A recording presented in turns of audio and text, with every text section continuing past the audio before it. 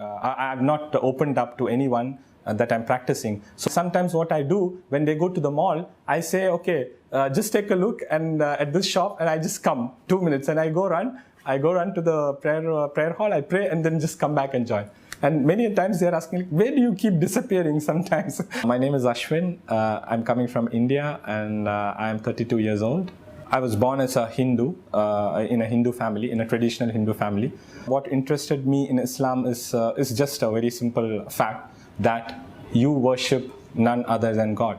So it's very simple, it's very easy to understand, and it's not difficult, as I think in the message it says that truth is very simple to understand. It's straightforward. My friend was a Muslim. He wasn't practicing. He was my very close friend, and at one point of time he started practicing because he got some message from his brothers in Islam, and he got the hidayah, or he got the guidance, so he started practicing. So he started staying away from the things that we used to do and so on, while we were in college, of course. We tried to find out from him why you are doing so, and why you are missing this and this, or this and this enjoyment and so on. So this is how I started inquiring, and I got to know more from him. And I believe that if you have an open heart, you can easily comprehend the message. It's quite simple and straightforward. So this is when I probably became Muslim by heart, but by practice, of course, the most important thing I would say or highlight is that I started praying. And when I became consistent in my prayer, this is when I would say that I started practicing, or I became a practicing Muslim. The biggest thing that I was concerned about was my family, was my society, the surroundings, the way we are born and brought up, and so on. So this was my biggest concern. How do we face them? I mean, it's a big step, especially when it's a close-knit community. It's really a big step to face them and to address them. Of course, I started not practicing very openly. So initially, I was praying in my room when I was staying at my place, and then I used to not speak about it openly, but I used to still give the message. Oh, I heard so and so about Islam. So isn't it true? So like this, I used to share my message with my family and friends. And this is how I started. And of course, then at some point it becomes open.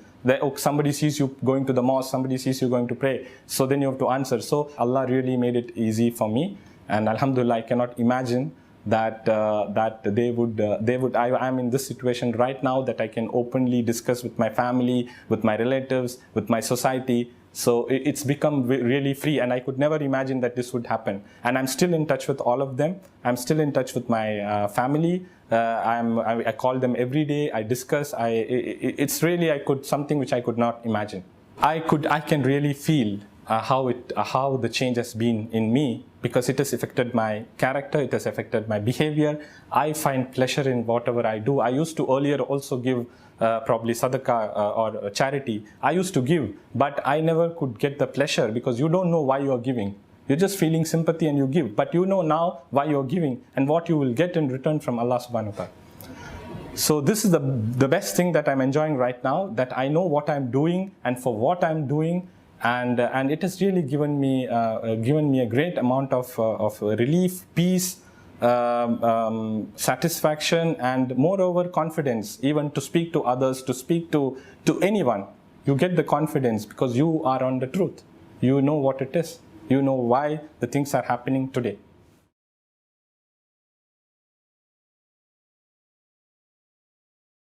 Just continue to believe, because you know this is the truth.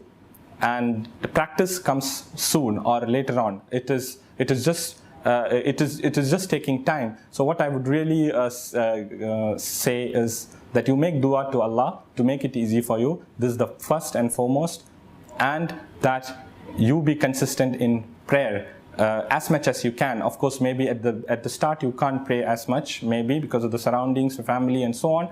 But as much as you can, and you keep increasing. So you at least fulfill the 5 times salah, which gives you a lot of peace, which gives you a lot of pleasure by bowing down or prostrating to Almighty. And you continue to do this, inshallah, you will get rid of various things, and you will overcome various things. and you will be able to, inshallah, face the situations around you at very much in ease, I would say.